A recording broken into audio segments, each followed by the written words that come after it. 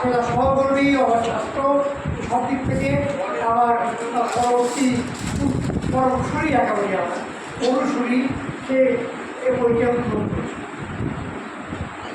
Yes, I can. স্যারের অত্যন্ত বিখ্যাত বই, হ্যাঁ, যেটা বহু মা করে আমি ভাবুন আমরা ছোটবেলায় পার্থ চট্টোপাধ্যায়ের লেখা পড়তাম, যুগান্তরে পড়েছি, আনন্দবাজারে পড়েছি। সেই সব কাগজে দুটি কাগজ তখন অত্যন্ত বিখ্যাত কাগজ। যুগান্তর তো মানে তখন সাংঘাতিক নাম, আনন্দবাজার বিরাট ভাবে উঠে এসেছে তখন। তো এই জায়গায় দাঁড়িয়ে উনি সাংবাদিক হিসেবে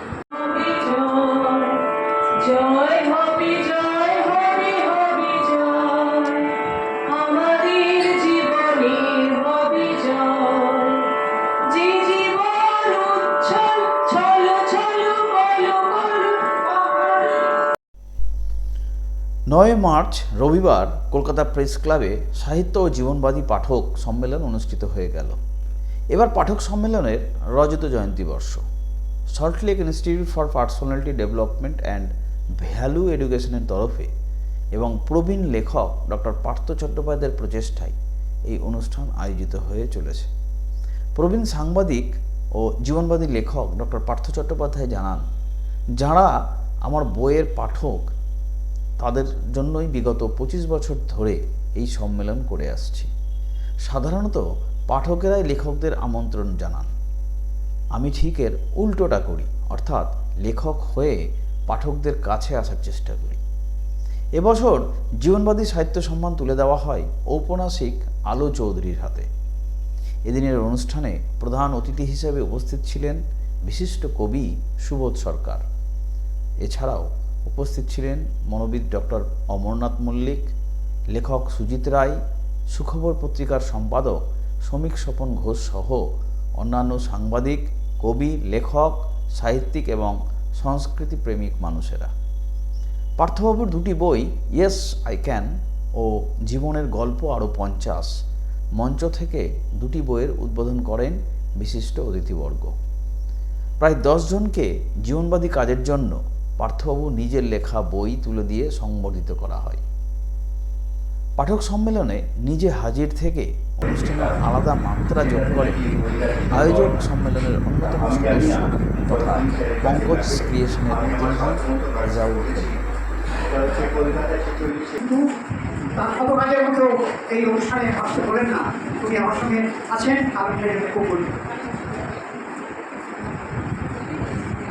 মনসুবা একটু আসবেন।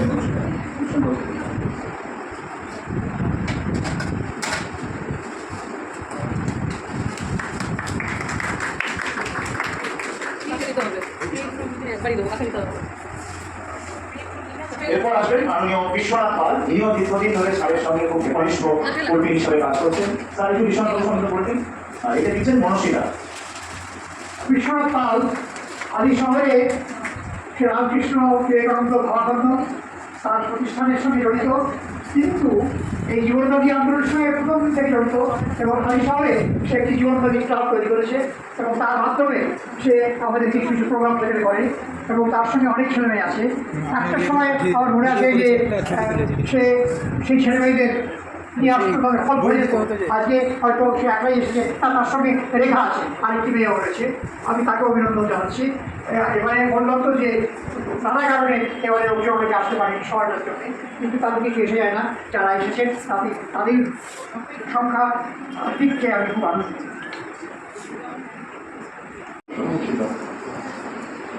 পার্থবাবুকে আমি কলেজ লাইফ থেকে চিনি মানে কাছ থেকে চিনি। পার্থবাবুর 3টে সত্তা আছে, 3টে সত্তা আমি দেখেছি। এক, উনি সাংবাদিক, এবং সাংবাদিক শুধু না, আমার সাংবাদিক জীবনে সাংবাদিকতা করতে গিয়ে যেখানে যেখানে যতটুকু ত্রুটি দেখতে পেয়েছেন উনি টেলিফোনে আমাকে কিন্তু সঙ্গে সঙ্গে জানিয়েছেন, এই জায়গায় এই ত্রুটি থাকছে, এই জায়গায় এই ত্রুটি থাকছে, তোমার লেআউটে গণ্ডগোল হচ্ছে, তোমার এই নিউজটা উপরে আসা উচিত ছিল। সেসব অনেক কথা। এই ধরনের উপদেশ কেউ সাধারণত কোনো সাংবাদিক অন্য কাউকে দেন না। এটা ওনার মহত্ব এবং আমি ওনার করুণা পেয়েছি। এটা হচ্ছে একটা দিক।